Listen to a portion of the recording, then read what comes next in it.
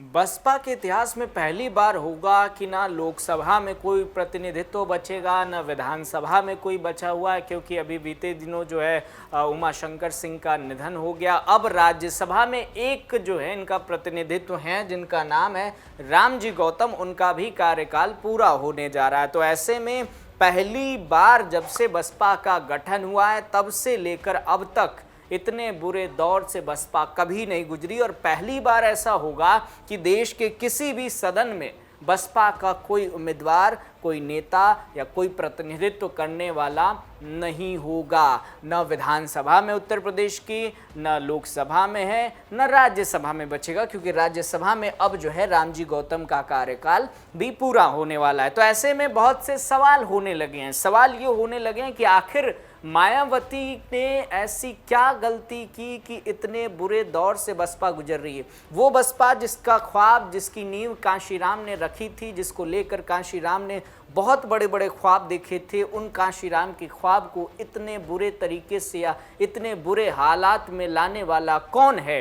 अब कई सवालों के साथ ये भी उठ रहा है कि 2027 का जब विधानसभा चुनाव होगा, जब मंचों का वो पूरा सिजरा लगेगा, जब मायावती होंगी, आकाश आनंद होंगे और तमाम नेता होंगे, उस दरमियान मंच पर कोई मौजूदा विधायक नहीं होगा, मौजूदा सांसद नहीं होगा, वो न लोकसभा का होगा न राज्यसभा का होगा। सभी पूर्व नेता कहे जाएंगे, पूर्व विधायक कहे जाएंगे, पूर्व सांसद कहे जाएंगे। तो ऐसे में बसपा के लिए उनका प्रतिनिधित्व करने वाला जो नेता होगा, जो जाकर समाज के बीच या लोगों के बीच ये कहेगा कि हम बसपा का प्रतिनिधित्व कर रहे हैं, आप हमें वोट दीजिए, तो इसके साथ कई सारे सवाल भी लोगों के मन में, लोगों के जहन में आएगा। सवाल ये आएगा कि वो बसपा जिसका कोई प्रतिनिधित्व न विधानसभा में बचा है, न लोकसभा में बचा है, न राज्यसभा में। राज्यसभा में जैसे मैंने बताया कि रामजी गौतम का कार्यकाल पूरा होने वाला है। तो ऐसे में वो बसपा लोगों के बीच जाकर 2027 के विधानसभा चुनाव में क्या कहेगी, किस आधार पर लोगों को इकट्ठा करने की बात कहेगी,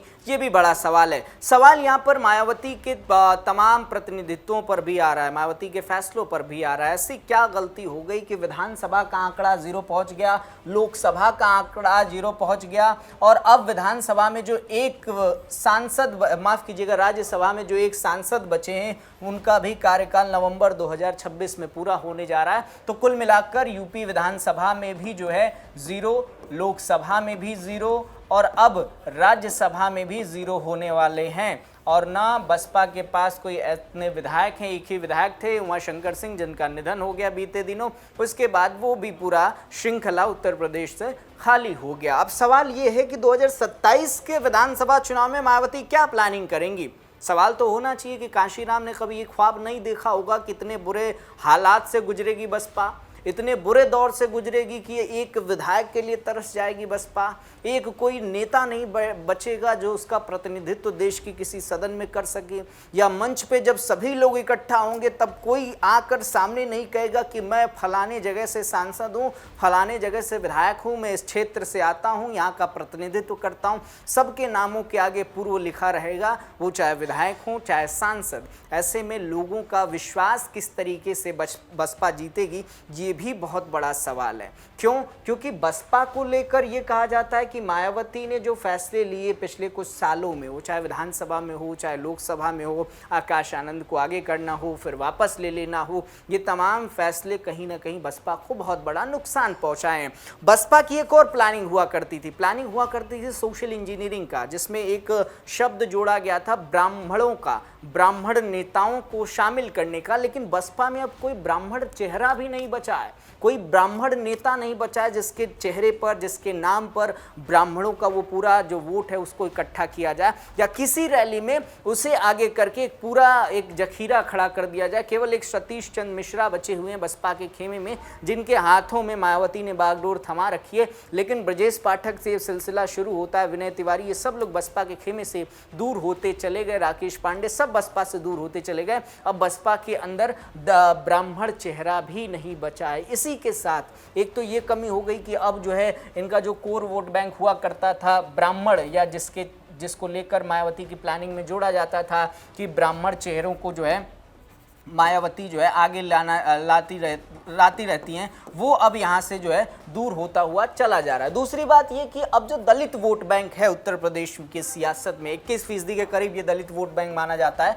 कि 21% के करीब जो है उत्तर प्रदेश में दलित वोट बैंक में, इसमें भी कई सारी सेंधमारी की कोशिश की जा रही है। एक तरफ से चंद्रशेखर रावण हैं, चंद्रशेखर आज़ाद हैं, वो यहाँ पर कोशिश कर रहे हैं। दूसरी तरफ से जब आप देखेंगे तो यहाँ पर छोटे छोटे दल और हैं, जिसमें स्वामी प्रसाद मौर्य का भी नाम आता है, जिसमें कांग्रेस भी दावा कर रही है। हालांकि कांग्रेस बड़ी पार्टी है, लेकिन कांग्रेस और समाजवादी पार्टी ने जो है 2024 के लोकसभा चुनाव में जो ये दलित वोट बैंक है, जो ये वोट बैंक है उत्तर प्रदेश का, इसको पूरी तरीके से अपने पाले में कांग्रेस और एसपी ने यानी समाजवादी पार्टी ने करने की पूरी कोशिश की और पूरा वोट इस तरफ शिफ्ट हो गया। तो ऐसे में 2027 का जो विधानसभा चुनाव है वो मायावती के लिए भी अग्नि परीक्षा है, वो बसपा के लिए भी अग्नि परीक्षा है, और उन तमाम नेताओं, तमाम पदाधिकारियों जो बसपा के खेमे मौजूद हैं उनके लिए भी अग्नि परीक्षा है। क्योंकि अब तक कभी नहीं हुआ कि मायावती या बसपा का ऐसा हाल हो कि न विधानसभा में कोई बचे, न लोकसभा में कोई बचे, न राज्यसभा में कोई बचेगा। और ऐसा होगा तो फिर बसपा का क्या हाल होगा, ये भी देखने की बात है। क्योंकि मैंने बताया ना कि जब आप जनता के बीच जाते हैं, खासकर चुनाव प्रचार के दौरान या जब चुनावी माहौल होता है, उस दरमियान जनता भी ये सोचती है कि आपके पास तो कोई प्रतिनिधित्व बचा ही नहीं है, तो किस आधार पर, किस विश्वास पर आप हमसे वोटों की अपील कर रहे हैं, और क्या हम अगर आपको वोट दे दें तो इसकी क्या गारंटी है कि आप जीत कर सदन में जाएंगे।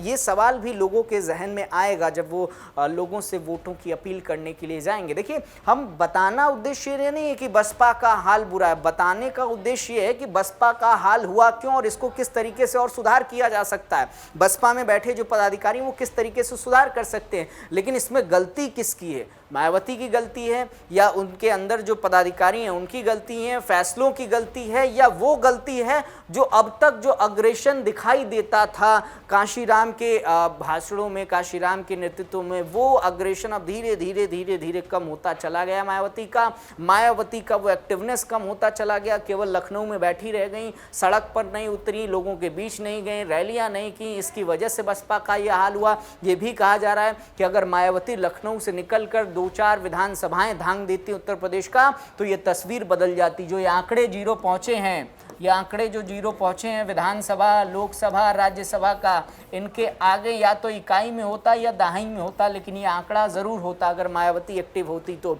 बहुत से लोग कह रहे हैं कि मायावती का जो ढीला रवैया है, मायावती का जो ढीलापन है सियासत में, देश की सियासत में, उसने बसपा के इस वर्चस्व को या बसपा के नाम को ले डूबा है। बसपा वो पहले जैसी बसपा नहीं रही, क्योंकि एक समय में काशीराम को लेकर बहुत से एग्जाम्पल दिए जाते थे कि काशीराम अग्रेशन के तौर पर भाषण देते थे। हालांकि सुलझे हुए व्यक्ति थे, बड़े सौम्य तरीके से बातों को रखते थे, लेकिन वो देखते थे कि कब हमें भीड़ इकट्ठा करनी है, कब बाहर जाना है, उस हिसाब से वो भीड़ इकट्ठा कर लिया करते थे। लेकिन अब मायावती का हाल ये है कि पहले आकाश आनंद को आगे बढ़ाती हैं, फिर पीछे कर लेती हैं 10 कदम, फिर आगे करती हैं, फिर उन पर लिमिटेशन लगा देती हैं कि आप केवल और केवल जाएंगे, जितनी बातें कही गई हैं उतनी कह के आएंगे। तो ऐसे में ये भी सवाल उठ रहा है कि जब मायावती सारी चीज़ें लखनऊ में बैठकर करेंगी, सब कुछ वहीं से डिसाइड करेंगी, तो फिर देश की सियासत में बसपा का वर्चस्व कैसे बढ़ेगा? क्योंकि अब देश की सियासत बदल रही है, अब सोशल मीडिया का दौर आ गया, और बसपा का सोशल मीडिया टूल भी जब आप खंगालेंगे तो वही पुराने तरीके से आपको दिखाई देंगे। उस तरीके का उनका मीडिया सेल भी एक्टिव नहीं दिखाई देता है, उस तरीके के वो भाषणों में अग्रेशन भी नहीं दिखाई देता है, युवाओं को वो अपनी तरफ लाने की जो कोशिश है वो भी नहीं दिखाई देती है। इन तमाम सवाल, तमाम जो कयास हैं या कहें कि जो क्वेश्चन मार्क उठ रहे हैं बसपा के खेमे में, वो ये सवाल कर रहे हैं कि आखिर मायावती से गलती हुई कहाँ? मायावती ने ऐसा क्या कर दिया कि बसपा के इतने बुरे हाल आ गए कि अब जो है न राज्यसभा में कोई रह सकता है, न बचेगा, न लोकसभा में तो है ही नहीं, विधानसभा में एक विधायक थे उत्तर प्रदेश में, उनका निधन हो गया। तो ऐसे में 2027 में बसपा कमाल कैसे करेगी, धमाल कैसे करेगी, इनकी वापसी कैसे होगी, ये भी बड़ा सवाल है। आपको क्या लगता है इस हाल के पीछे जो विधानसभा में हो रखा है, लोकसभा में हो रखा है, और अभी जब रामजी गौतम का कार्यकाल पूरा हो जाएगा तो राज्यसभा भी शून्य हो जाएगा, तो ऐसे में बसपा की इस हालत का जिम्मेदार कौन है? काशीराम ने जो ख्वाब देखा था बसपा को उठाने का, उसको यहाँ तक पहुँचाने का जिम्मा कौन लेगा? आपको क्या लगता है? अपना जवाब नीचे कमेंट सेक्शन में लिख कर बताइएगा, और ऐसी तमाम खबरों के लिए देखते रहिए राष्ट्रवाणी। नमस्कार।